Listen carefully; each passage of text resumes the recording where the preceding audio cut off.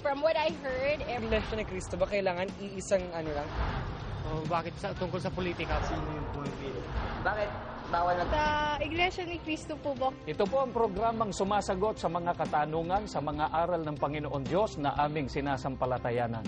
Sa aming pong pagbabalik ay sasagutin po natin ang ilang katanungan ng ating mga kababayan. Ito po ang tamang daan.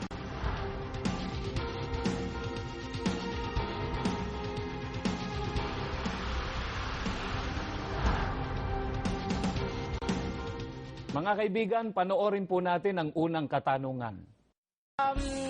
From what I heard, every election day, I heard na mayroon kayo pinipiling isang candidate that all of you would vote for a certain candidate. Iglesia ni Cristo ba kailangan iisang ano lang? Iisang tao lang kailangan suportahan or meron din silang freedom na para ano? Meron din silang freedom na ipaglaban kung sino yung choice nilang iboto. Bakit tungkol sa politika? Bakit pag bumoto kay isang tao lang pwede yung iboto? Pag election, may isa lang binoboto at sino yung pumipili? Kapatid na Ronilo, ang itinatanong po nila ay bakit daw po pagka tayo ay bumoboto ay kailangang isang tao lang ang dapat nating suportahan.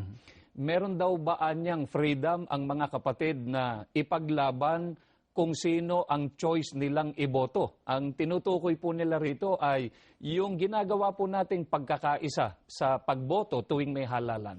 Mabuti kapatid na Romel, bago natin sagutin yung tanong nilang yan, Opo. liwanagin muna natin sa ating mga taga-subaybay kung ano kahulugan ng pagboto. Opo. Dito sa isang diksyonaryo, sa Webster's New International Dictionary, sa pahina 2295, ganito ang ating mababasa na kahulugan ng pagboto.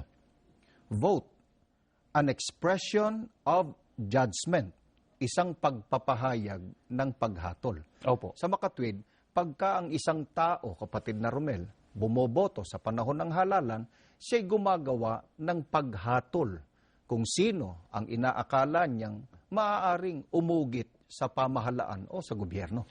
May aral po ba ang mga apostol pagka ginagawa po natin yung paghatol o pagboto? Meron. At yan ay itinuturo ni Apostol Pablo, gaya ng mababasa natin dito sa unang Korinto, sa 1 talatang 10. Ngayon ipinamamanhi ko sa inyo, mga kapatid, sa pamamagitan ng pangalan ng ating Panginoong Hesukristo, na kayong lahat ay mangagsalita ng isa lamang bagay at huwag mangagkaroon sa inyo ng mga pagkakabahabahagi, kundi kayo'y mga lubos sa isa lamang pag-iisip at isa lamang paghatol. Maliwanag ang pagtuturo ni Apostol Pablo, kapatid na Romel. Opo. Malubos ang wika kayo sa isa lamang pag-iisip at isa lamang paghatol.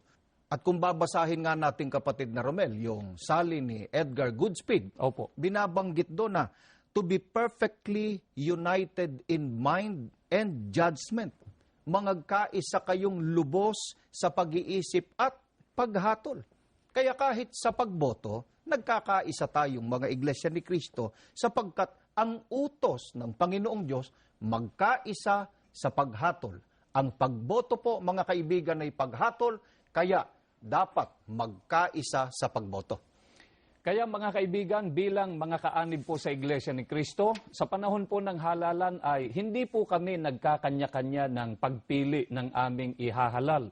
Sapagkat masisira po ang kaisahan kapag kaganito. Kapatid na Ronilo, paano po ba natin magagawa na lubos na magkaisa sa paghatol o sa pagboto pagdating po ng eleksyon?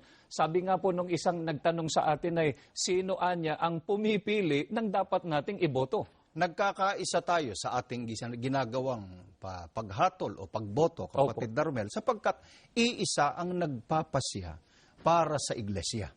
Sino po ba ang nagpapasya sa loob ng Iglesia ni Cristo na yung kanilang pasya sinusunod po ng lahat ng mga kaanib sa Iglesia? Ang nagpapasya po ay ang ating tagapamahalang pangkalahatan. Opo. Para po sa kapakanan ng mga taga-subaybay po natin, ang kasalukuyan pong tagapamahalang pangkalahatan ng Iglesia ni Cristo ay ang kapatid na Eduardo Manalo. Kaya sa panahon ng halalan, Opo. ang nagpapasya kung sino ang dapat na pagkaisahan ay ang tagapamahalang pangkalahatan. At yan, hindi po bagong bagay, kapatid na Romel.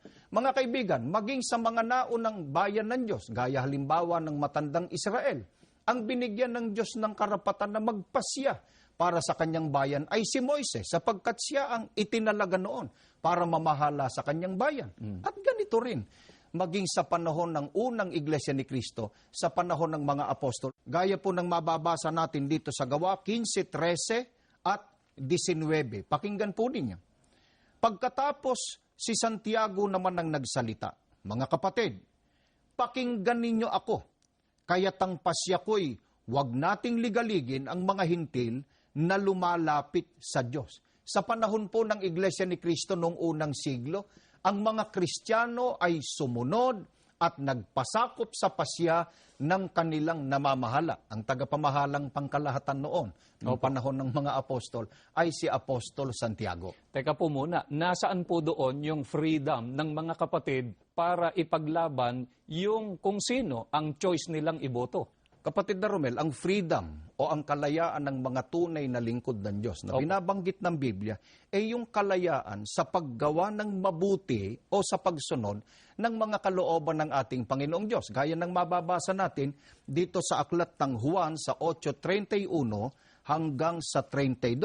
Sinabi naman ni Jesus sa mga Hudyong naniniwala sa Kanya, kung patuloy kayong susunod sa aking aral, tunay ngang kayo'y mga alagad ko. Makikilala ninyo ang katotohanan at ang katotohanan ang magpapalaya sa inyo.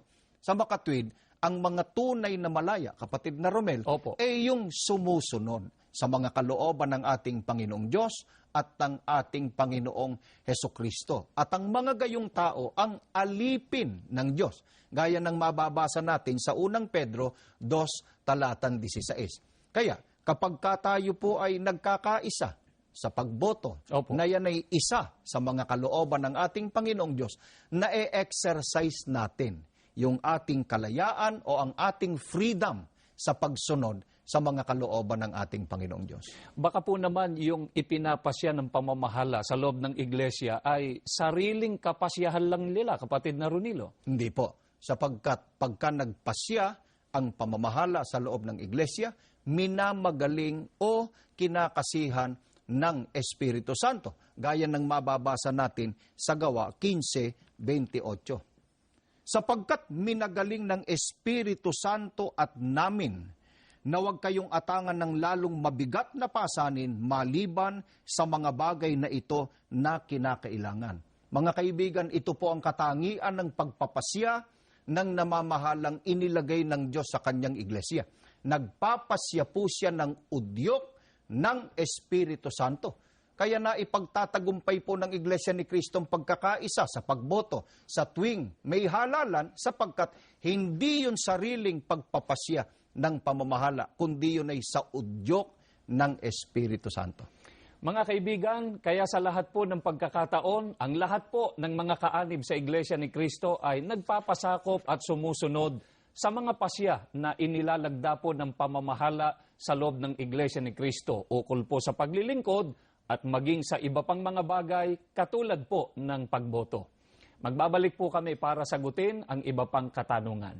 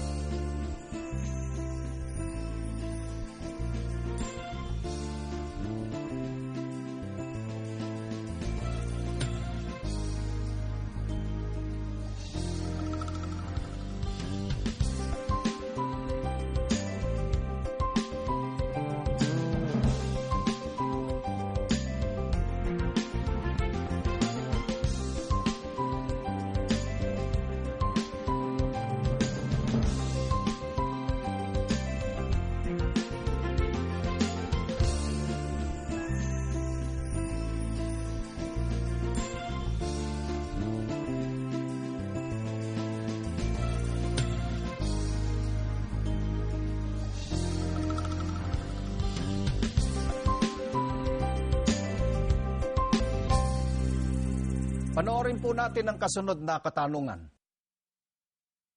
Tanong ko lang, bakit bawal mag-participate yung iglesia sa mga piyesta, gano'n? May mga festivities ba sa INC? Sa Iglesia ni Cristo po ba, kumakain din po kayo sa mga handaan po? Kunwari sa birthday, sa fiesta, mga ganun po. Ang itinatanong po ng ating mga kababayan, kapatid na Romel, kung meron daw po bang festivities sa Iglesia ni Cristo. At bakit daw bawal sa ating mag-participate sa mga piyesta? Opo. Ang tinutukoy yung piyestang Katoliko. Opo. At hindi raw ba tayo kumakain ng handa sa piyesta? Doon po sa unang tanong nila, kapatid na Ronilo, kung tayo po ay merong festivities o pagdiriwang, ang sagot po natin ay meron. Pero mga kaibigan, nililinaw po namin na ang aming pagdiriwang o festivities ay hindi po katulad ng pagdiriwang ng kapistahan ng Iglesia Katolika. Ang isa po sa aming ipinagdiriwang ay ang nakasulat po sa unang Korinto 7 hanggang 8, ganito po ang ating mababasa. Alisin ninyo ang lumang pampaalsa, ang kasalanan, para maging bagong masa kayo. Sapagkat talaga namang malaya na kayo sa lumang pampaalsa dahil naihandog na si Kristong Kordero ng Diyos alang-alang sa atin. Kaya ipagdiwang natin ang kapistahan, subalit huwag tayong gumamit ng lumang pampaalsa ng maruruming bisyo at kasamaan, kundi magdiwang tayo ng may tinapay na walang pampaalsa, ang tinapay ng katapatan at katotohanan. Ito po ang isa sa mga ipinagdiriwang ng Iglesia ni Cristo, ang ginawa pong paghahandog ng Panginoong Hesukristo ng kanyang buhay o ang ginawa niyang pagtubo sa kasalanan ng tao. Paano po ba, kapatid na Romel, dapat isagawa yung pagdiriwang ukol sa ginawang pagtubos o paghahandog ng ating Panginoong Sukristo ng kanyang buhay? Batay po sa binasa natin, kapatid na Ronilo, sa pamamagitan po ng pag-alis o paglayo sa mga bisyo at kasamaan, at dapat na pong mabuhay sa katapatan at katotohanan. Sa makatwid, ang tinutukoy pong pagdiriwang, kapatid na Romel, Opo. ay yung gawin sa pamamagitan ng ganap na pagbabagong buhay. Opo, at ito, kapatid na Ronilo, ay wala pong takdang petsa kung kailan lang dapat na gawin, sapagkat ang pagbabagong buhay, na ito yung pagdiriwang nga na binabanggit ng Biblia, ay dapat pong gawin ng tao araw-araw. Teka po muna, kapatid na Romel, sino po ba ang inuutusang magdiwang sa ginawa ng ating Panginoong Sukristo na pagtubos o paghahandog ng kanyang buhay?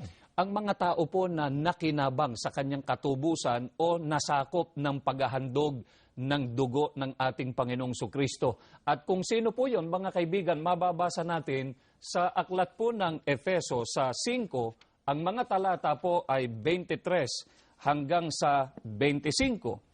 Sapagkat ang lalaki ang ulo ng kanyang asawa, tulad ni Kristo na siyang ulo ng iglesia, na kanyang katawan at siyang tagapagligtas nito. Kung paanong nasasakop ni Kristo ang iglesia.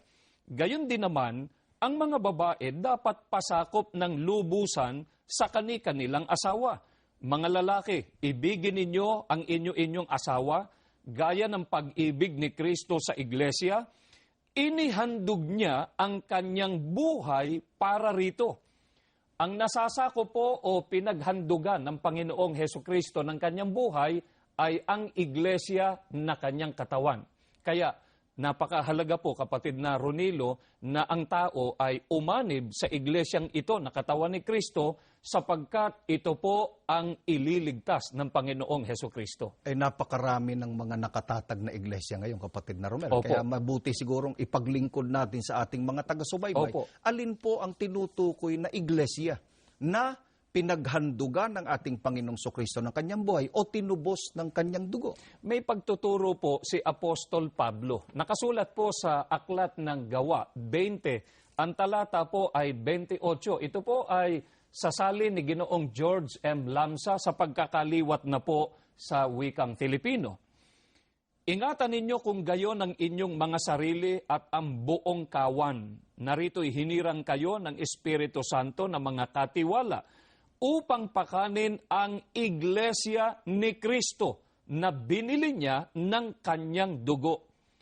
Ang Iglesia ni Cristo po ang binili o tinubos ng dugo ng Panginoong Heso Kristo. Kaya marapat lang po, kapatid na Ronilo, na ipagdiwang po natin yung ginawa pong pagtubos ng ating Panginoong Heso Kristo sa ating mga kasalanan sa pamamagitan po ng ating lubos na pagbabagong buhay araw-araw. At ang isa pang kaya dapat nating ipagdiwang, ang katumbas nun sa kaligtasan po ng ating kaluluwa. Opo, ngayon balikan po natin yung itinatanong sa ating kanina, kapatid na Romel. Opo. Bakit hindi daw tayo nakikipag-participate o nakikisa doon sa isinasagawa nilang mga piyesta? Ang tinutukoy siguro yung mga piyestang Katoliko. Hindi po tayo nakikipag-participate sa fiesta na kanilang ipinagdiriwang sapagkat ang kanila pong ipinagdiriwang, kapatid na Ronilo, ay yung mga kinikilala nilang mga santo, mga santa, at yun naman ang talaga pong nakikita natin, di po ba? Opo, sa mga prosesyon. Ano po, ang kanilang ipinagpoprosesyon ay mga rebulto at mga larawan. Mga kaibigan, bawal po yun ng ating Panginoon Diyos. Gaya po ng mababasa natin dito sa aklat po ng Exodo sa 20. Ang mga talata po ay 3 hanggang sa 5. Huwag kayong magkakaroon ng ibang Diyos maliban sa akin. Huwag kayong magkakaroon ng Diyos-Diyusan o kaya'y larawan o ribulto ng anumang nilalang na nasa himpapawid, nasa lupa o nasa tubig.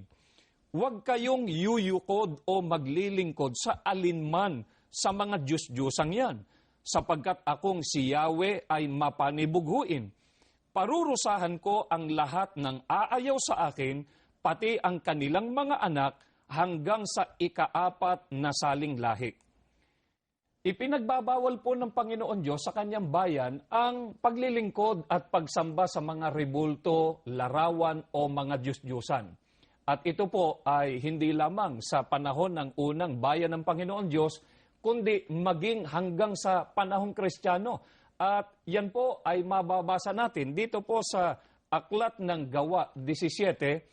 Ang talata po ay 29, yamang tayo nga'y lahi ng Diyos ay hindi marapat nating isipin na ang pagka-Diyos ay katulad ng ginto o ng pilak o ng bato na inukit ng kabihasnan at katalinuhan ng tao. Hindi po marapat isipin na ang pagka-Diyos ay katulad po ng ginto, ng pilak o ng bato na inukit ng tao. Sana po mapansin nila, kapatid na Ronilo, na isipin pa lang na ang pagka-Diyos ay katulad ng ginto, pilak o bato o anumang saan man ginawa o anumang uring materyales. Opo. Ang ginawa nila sa pag-ukit ay kasalanan na. Isipin pa lang, lalo na pong malaking kasalanan kung maglilingkod at sasamba pa sa mga ribultong ito o larawan na inukit o gawa lang ng tao. Sa makatwid, malinaw po, mga ginigiliw naming mga taga-subaybay, ang sumasamba po sa mga ribulto, larawan, imahen o mga Diyos-Diyusan, nagkakasala po sa Panginoong Diyos, sapagkat nilalabag po nila ang utos ng Diyos na huwag lumuhod o sumamba sa mga ito. Opo, at ang masakit pa, kapatid na Ronilo, meron pong binabanggit ang Biblia na mangyayari pagdating po ng araw ng paghuhukom sa mga sumasamba po sa mga ribulto, larawan o mga Diyos-Diyusan. Pakinggan po ninyo, mga kaibigan, na nakasulat dito po sa aklat ng Apokalipsis 21, ang talata po ay 8. Ngunit sa mga duwag at sa mga hindi mananampalataya, at sa mga kasuklam-suklam, at sa mga mamamatay tao, at sa mga mapakiapid, at sa mga manggagaway, at sa mga mapagsamba sa Diyos-Diyusan, at sa lahat ng mga sinungaling, ang kanilang bahagi ay sa dagat-dagatang nagnininga sa apoy at asupre na siyang ikalawang kamatayan. Hindi po ikaliligtas sa araw ng paghuhukom ang pagsamba sa mga rebulto, larawan o mga Diyos-Diyusan. Ito po ang dahilan, kapatid na Ronilo, kaya ang mga kaanib po sa Iglesia ni Cristo, hindi sumasamba sa mga rebulto at larawan at hindi po nakikipag-participate sa mga activity o sa mga kapistahan na ginagawa sa Iglesia Katolika. Ngayon, doon nga sa follow-up question kanina, hindi tayo nagpa-participate doon sa piyesta. Opo.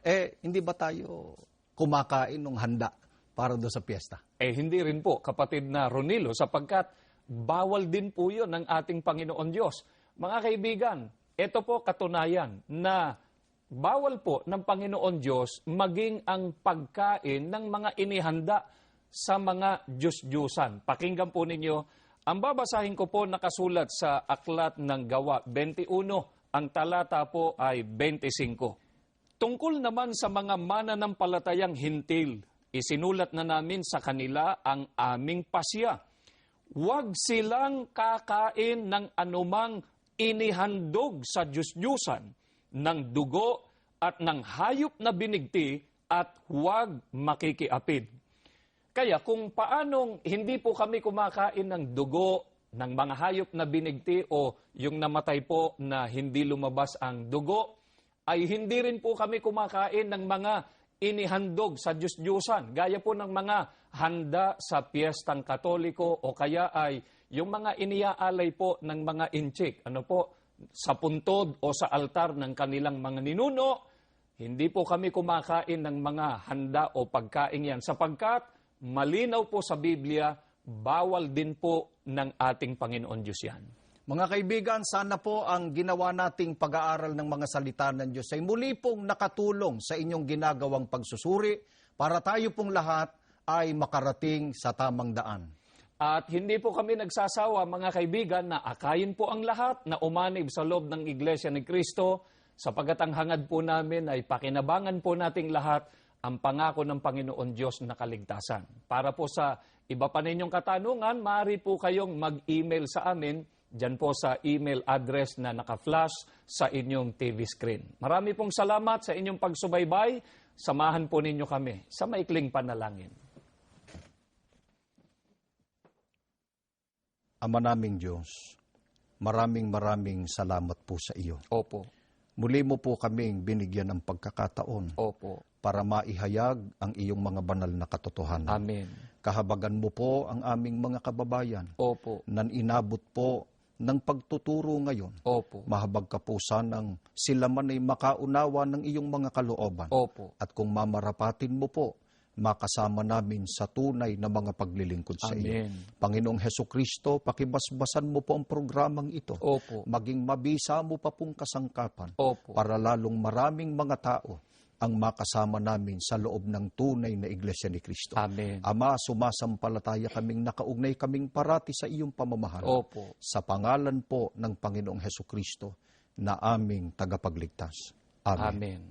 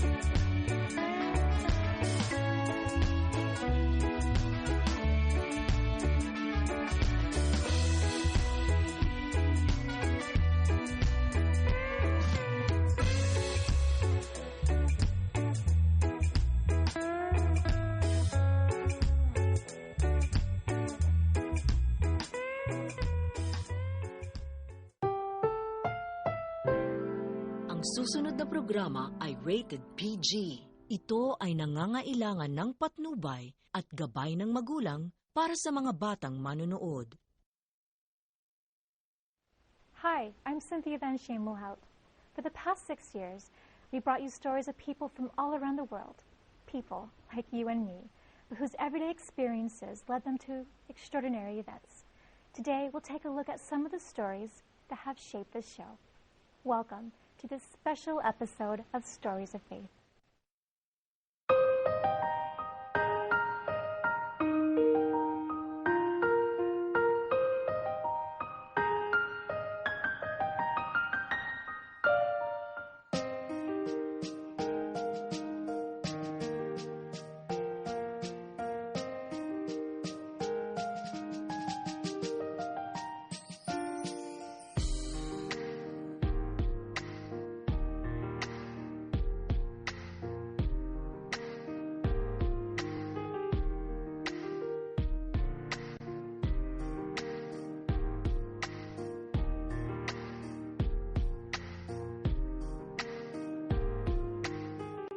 Stories teach us, they mold us, they have the ability to inspire us. Some of the most inspirational stories featured on this show over the years have been about people whose lives took a drastic turn for the better when they discovered what it means to truly have faith. Now I know the true meaning of God, and I know the true God, and I know how to pray. At least now I really know how to pray. When you pray, you feel like you belong to the Almighty Father, and then you have the guidance. At least you have the light, even if sometimes you see that there is the impossibility. There's something that will guide you, unaware that you are going to the right position, you understand? And then all of a sudden you'll be there. But through the guidance of the Almighty Father, you know, He always knowing that you are never alone, regardless of what comes your way. If you can still keep a smile, you know, and knowing that you've got the Father who cares for you, you've got the Lord Jesus Christ who cares for you, and also you've got the brethren who cares for you.